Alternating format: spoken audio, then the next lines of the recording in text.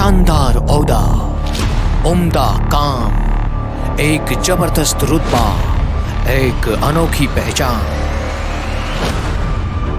आपके पास भी है। इन सभी पदों को प्राप्त करने का एक सुनहरा अवसर, जिसमें आपको मिलते हैं सीबीआई, इनकम टैक्स मंत्रालय जैसे बेहद ही शानदार पद। आप सभी को एसएससी सीजीएल में 100% सिलेक्शन दिलाने का संकल्प लिए हम लेकर आए हैं आप सभी के लिए संकल्प बैच, जिसमें आपकी सभी क्लासेस एकदम बेसिक से चल रही हैं। तो बिना देरी किए आज ही ज्वाइन करें एसएससी मेकर का संकल्प बैच और दे अपने सपनों को एक नई उड़ान। अधिक जानकारी के लिए डाउनलोड करिए एसएससी मेकर ऐप और दिए गए नंबर पे कॉल करें। हेलो साथियों, कैसे हैं? मैं आनंद स्वागत करता हूं भाई एसएससी मेकर पे। बहुत बहुत स्वागत है भाई। आज हम लेकर आए हैं आपके लिए सुपर से ऊपर रिवीजन क्लास। जी हाँ, रिवीजन क्लास है और ये होगा फटाफट रिवीजन केवल और केवल 20 मिनट में। जी हाँ, ये रिवीजन है और बिल्कुल ताबड़तोड़ होगा। चलिए शुरुआत करते हैं रिवीजन की ओर। तो कोई हमारी गलतियां निकाले तो हमें खुश होना चाहिए, क्योंकि कोई तो है जो हमें क्या है गलती रहित बनाने के लिए अपना दिमाग उमाग ये सब कुछ जो है पूरा लगा रहा है। तो कोई तो है, इस पे हमें खुश होना चाहिए। और इसी के साथ पहले क्वेश्चन पे आ गए हैं। आपका रिवीजन है ना। आरबीआई ने लगातार 7वीं बार रेपो रेट को किस दर पर बरकरार रखा है भाई। आपको बताना है किस रेट पर आरबीआई ने रेपो रेट को क्या रखा है दोस्तों, बरकरार रखा है। तो यहां पर हमको जरा पहले समझना होगा आरबीआई के बारे में। अगर आरबीआई के बारे में चर्चा किया जाए, आरबीआई तो 1 अप्रैल 1935 को इसकी स्थापना हुई।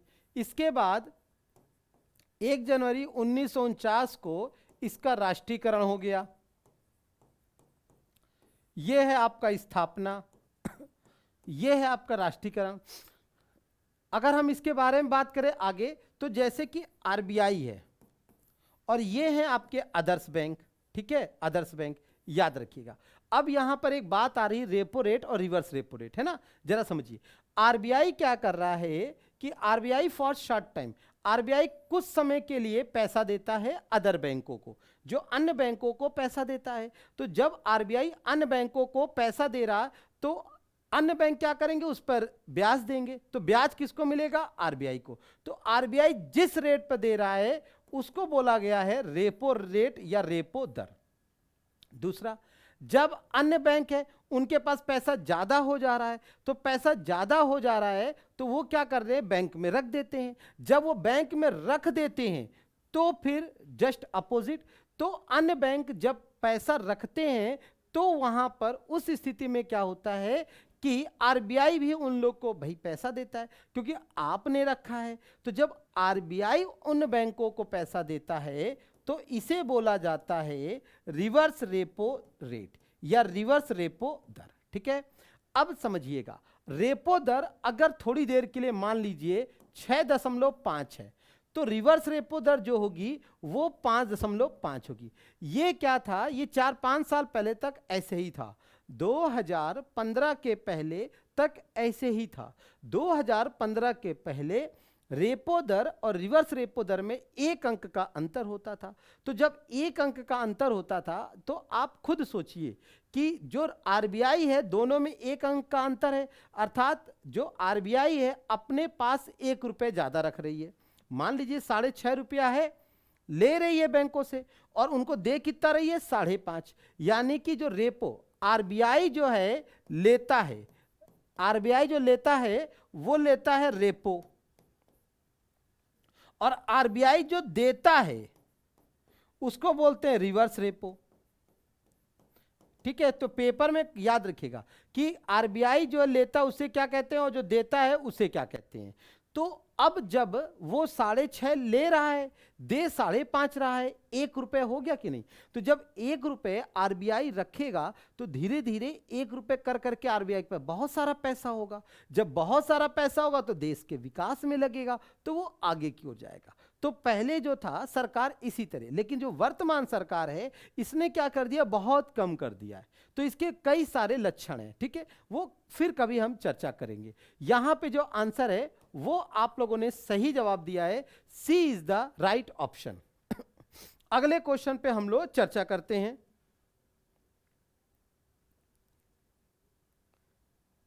ठीक है, अगला क्वेश्चन पे हम लोग चर्चा करते हैं। अगला क्वेश्चन क्या कह रहा है, विश्व बैंक समूह ने हाल ही में, ठीक है, विश्व बैंक समूह ने हाल ही में किसे विश्व बैंक समूह ने हाल ही में किसे आर्थिक सलाहकार पैनल का सदस्य नियुक्त किया है। भाई किसे नियुक्त किया है, अमिताभ कांत है, राजीव सिन्हा है, राकेश मोहन है या अजय मोहन सिंह है। तो किसे नियुक्त किया है ये आपको जवाब देना है भाई। तो किसे नियुक्त किया है, तो इसका सही आंसर होगा वो हो जाएगा राकेश मोहन। विश्व बैंक समूह ने, ठीक है, आर्थिक यानी कि एडवाइजरी में जो इन्हें नियुक्त किया गया है वो है आपके राकेश सिन्हा। नेक्स्ट क्वेश्चन है, 15वें CIDC विश्वकर्मा पुरस्कार 2024 से किसे सम्मानित किया गया है, यानी ये पुरस्कार से किसे सम्मानित किया गया है आपसे पूछा गया है। देखिए विश्वकर्मा पुरस्कार में होता क्या है, इसके तहत यानी कि एक राशि है जो दी जाती है, और विश्वकर्मा जयंती भी आप लोग समझते हैं मनाई जाती है। तो यहाँ पर आपसे पूछा गया है किसे, तो इस क्वेश्चन को आप लोगों को कराया गया है, तो आई होप आप लोग बिल्कुल अच्छे से बता सकते हैं भाई किसे किया गया है। तो आंसर हो जाएगा बी, आंसर हो जाएगा b is the right option, ठीक है, SJVN लिमिटेड। तो ये तीसरे का आंसर जो हो जाएगा ये आपका बी हो जाएगा। क्वेश्चन नंबर नेक्स्ट हम आते हैं, कार्गो वॉल्यूम के मामले में भारत का सबसे बड़ा बंदरगाह कौन सा बन गया है। आपको बताने कार्गो वॉल्यूम के मामले में भारत का सबसे बड़ा बंदरगाह कौन सा बन गया है। दीनदयाल बंदरगाह है, पारादीप बंदरगाह है, कांडला बंदरगाह है, मंगलौर बंदरगाह। इन सबको जरा हम लोग ध्यान देते हैं। तो जैसे इस तरीके से अगर हम यहाँ पे चर्चा करें तो दीनदयाल बंदरगाह जो था, इस बंदरगाह को यहाँ पे जो था कांडला, तो जो कांडला बंदरगाह था याद रखेंगे, कांडला बंदरगाह का ही नया नाम जो है वो दीनदयाल बंदरगाह है, ठीक है, दीनदयाल। अगर पारादीप की बात करें तो पारादीप जो है यहां पर है, अर्थात ओडिशा में है, ठीक। और अगर मंगलौर बंदरगाह के बारे में बात करें तो मंगलौर बंदरगाह यहां पर है। तो चौथे क्वेश्चन में आपसे पूछा गया भी कौन है, तो बताइए भाई कौन होगा। कार्गो वॉल्यूम के मामले में भारत का सबसे बड़ा, अच्छा कार्गो का मतलब नहीं समझ में आ रहा है, ठीक है। देखिए कार्गो का मतलब जो है, कार्गो का अर्थ होता है बड़े बड़े कंटेनर या जहाज, यानी कि इस तरीके से जिसमें कि आप सामान देखते हो ना, जैसे बड़े बड़े हैवी गाड़ियां होती हैं, तो कार्गो का अर्थ होता है बड़ा बड़े कंटेनर,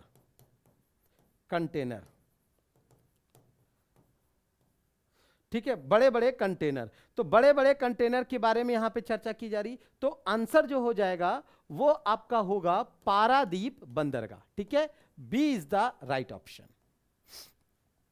हाल ही में अब्देल फतेह अल सीसी ने किस देश के राष्ट्रपति के रूप में शपथ ली है। आपको बताना है भाई किस देश के राष्ट्रपति के रूप में इन्होंने शपथ लिया है। क्या नाम है इनका, अब्देल फतेह अल सीसी। तो अब्देल फतेह अल सीसी ने किस देश के राष्ट्रपति के रूप में, कतर है, मिस्र है, बहरीन है या फिर आपका मलेशिया है।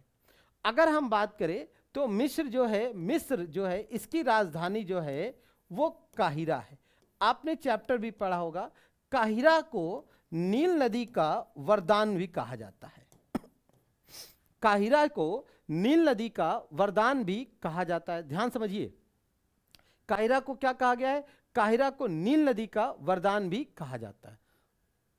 और जो शपथ ली है हाल ही में किसने लिया है, तो वो आपका आंसर हो जाएगा मिस्र, यानी कि b is the right option. Next question है, हाल ही में भारत के शीर्ष रैंक वाले शतरंज खिलाड़ी कौन बने हैं? शतरंज खिलाड़ी आपको बताना है, शतरंज खिलाड़ी कौन बने हैं। देखिए अगर हम बात करें शतरंज की, शतरंज, इस शतरंज को कहा क्या जाता है? तो इसको चौसर कहा जाता है, ठीक है, चौसर भी कहा जाता है। इसका आविष्कार जो है भारत में हुआ। कहाँ हुआ? भारत में। अगर आपने ध्यान दिया होगा तो महाभारत के खेल में भी इस तरीके से पासा होता था। दूसरा अगर हम बात करें तो इसमें टोटल जो है 64 खाने होते हैं। कितने होते हैं? 64। 50 यानी कि 32 और ये होते हैं ब्लैक एंड व्हाइट, याद रखिएगा। और अगर हम बात करें कि कौन आपका है तो सही आंसर क्या हो जाएगा? शीर्ष रैंक वाले। तो अरसु जो विश्वनाथ जो है आपके आनंद, ये पहले थे, ठीक है मास्टर। अब जो है अर्जुन एरिगेसी, याद रखिएगा। तो शीर्ष रैंक किसने लिया है? अर्जुन एरिगेसी के द्वारा शीर्ष रैंक हासिल किया गया है। पेपर में आपसे यह भी पूछा जा सकता था अर्जुन एरिगेसी किस खेल से संबंधित है ना? तो शतरंज। हाल ही में चर्चा में रहा ऑपरेशन संकल्प निम्न में से किससे संबंधित है? संकल्प। तो देखिए ऑपरेशन संकल्प बाल शिक्षा, साइबर सुरक्षा, जनजाति विकास। तो हम इस क्वेश्चन को देखें तो हमें लगता है कि भाई ये इसका जवाब हो नहीं सकता, ये इसका जवाब हो नहीं सकता। क्यों नहीं हो सकता? भाई बाल शिक्षा का संकल्प से क्या लेने देना।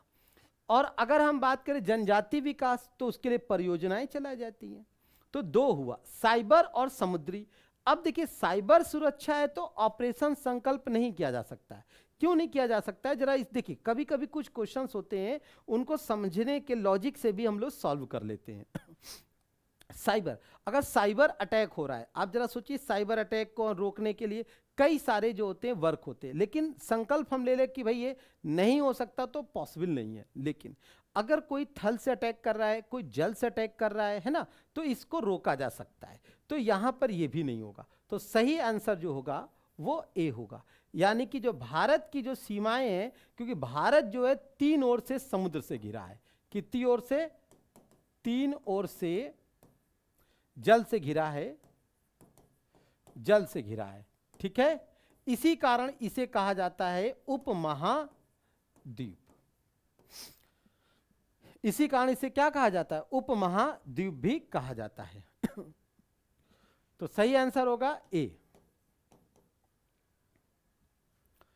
कांगो की पहली महिला प्रधानमंत्री के रूप में किसे नियुक्त किया गया है? भाई किसे नियुक्त किया गया है आपको बताना है। बिंटो कीटा, जूथिट सुमिनवा तुलुका, सामा लुकेंडे या इनमें से कोई नहीं। कांगो, कांगो कहां पड़ता है भी ये भी हम लोग को समझना होगा। कांगो कहां पड़ता है? अगर हम बात करें कांगो, ठीक है, तो किसे किया गया है? तो कांगो, ये आंसर होगा बी, ठीक है। आज आप सोच रहे हो रिवीजन में भाई कैसे क्वेश्चन है, ये तो सर ने कराए नहीं। देखिए रिवीजन में क्या है कि सब हमने ले लिया है ना, कुछ जो कराए हैं उन्हें भी और जो नहीं कराए हैं उन्हें भी, ताकि आप लोग को बिल्कुल अच्छे से हो जाए। और ये 2 क्लास होगी है ना, आज जैसे रिवीजन हो रहा है, एक कल भी रिवीजन होगा और फिर से हम वापस कम बैक करेंगे, ठीक है। तो इसे थोड़ा सा ध्यान रखना है। तो कांगो कहाँ पड़ता है? तो कांगो जो है अफ्रीका महाद्वीप में। किसमें है कांगो? तो कांगो अफ्रीका कॉन्टिनेंट्स यानी कि अफ्रीका महाद्वीप में है, याद रखेंगे।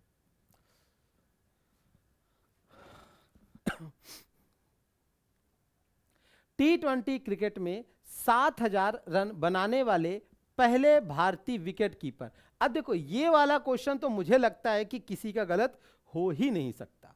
क्यों नहीं हो सकता? क्योंकि भाई विकेट कीपर आ गया है और आपको अच्छे से पता है कि कौन कितना खेलता है ना। आपको अच्छे से पता है कि ये इन्होंने कितना खेला है, इन्होंने कितना खेला है, इन्होंने। तो भैया एक ही नाम है, धोनी, है ना, एक ही नाम है। बिल्कुल सही जवाब है आप लोग को, धोनी। और दूसरी बात अगर हम कहें तो भैया इनकी टीम यानी कि देख रेख में आईसीसी, याद रखिएगा क्वेश्चन आता है, यानी कि कौन आईसीसी की कितने यानी कि ट्रॉफियां धोनी के नेतृत्व में जीती है। तो 3 ट्रॉफियां हैं आईसीसी की जो कि धोनी के नेतृत्व में भारत ने जीती हैं, जो अपने आप में सबसे बड़ी उपलब्धि है।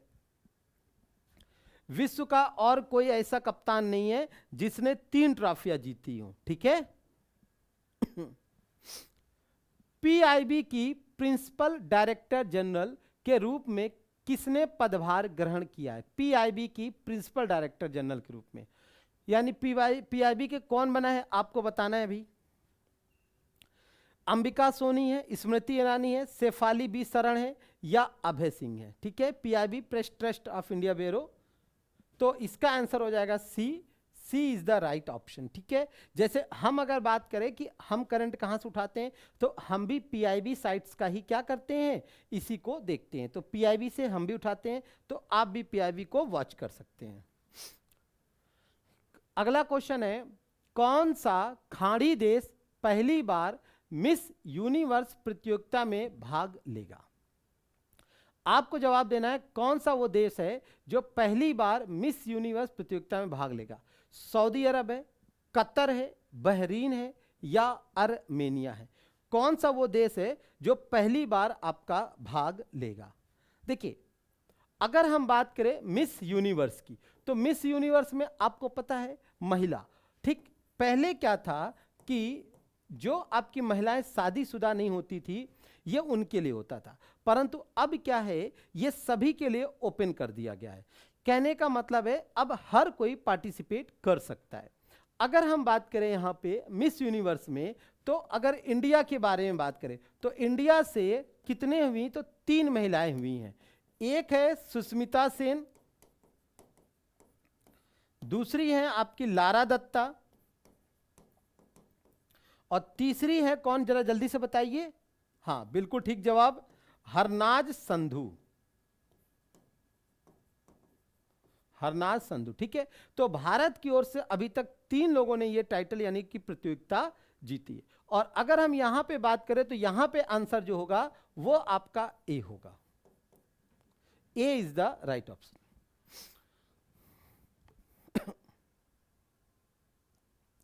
म्यांमार में भारत के नए राजदूत के रूप में किसे नामित किया गया है? म्यांमार, तो म्यांमार के में किसे भारत के नए राजदूत के रूप में किया गया है आपको बताना है। अभय ठाकुर है, अभिषेक सक्सेना है, दीपक सिन्हा है या सैयद अकबरुद्दीन। तो म्यांमार के बारे में अगर हम चर्चा करें तो म्यांमार की जो है वर्तमान में म्यांमार पुराना नाम जो था वो था वर्मा। अगर हम इसकी राजधानी के बारे में चर्चा करें तो राजधानी जो है इसकी पहले थी रंगून, फिर हो गई यंगून, अब है नहीं पता, नेपिडा। नेपिडा इसकी कैपिटल है। ठीक है, अब है नेपिडा। ठीक, म्यांमार में क्या है कि 2 प्रकार की यानी कि जो खास यहां पे पाई जाती जनजाति रोहिंग्या, तो रोहिंग्या को लेके चर्चा में कई बार रहते हैं। और यहाँ की जो एक आपकी मतलब कह सकते हो लेडी है आंग शान सू की, आंग शान सू की। ठीक है, वो भी। और इस क्वेश्चन का जो आंसर है वो है आपका अभय ठाकुर।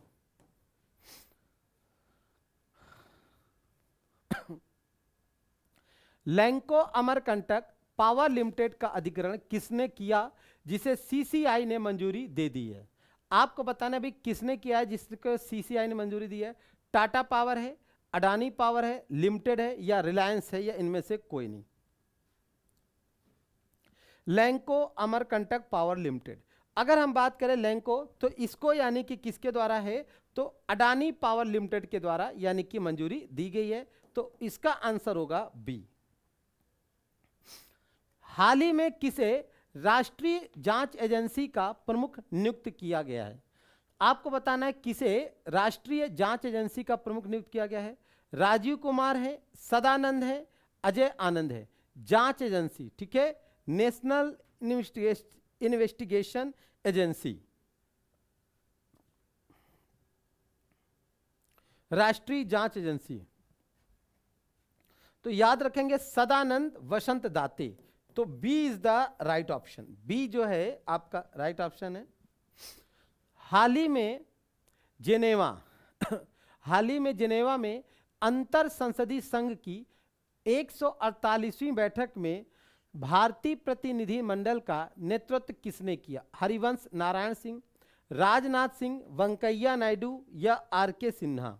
तो किसके द्वारा किया गया है ये आपको जवाब देना है अभी। तो यहां पे आंसर हो जाएगा हरिवंश नारायण सिंह, यानी ए इज द राइट ऑप्शन। ठीक है, ए जो है आपका राइट ऑप्शन हो जाएगा। ठीक है, और इस क्वेश्चन का जवाब आप लोग कमेंट बॉक्स में दीजिएगा। आई होप आप लोगों को चीजें समझ में आई होंगी। ये आपका रिवीजन था। ठीक है, इसको और डिटेल से जारी करेंगे। आपको पता ही था ये क्लास रिकॉर्डेड थी। ठीक है, हाँ रिकॉर्डेड क्लास थी। तो चलिए, पर लेकिन आपने कुछ तो सीखा। तो इसी के साथ आप बने रहिए एसएससी मेकर पे। हमारी कल मुलाकात होगी आपसे लाइव।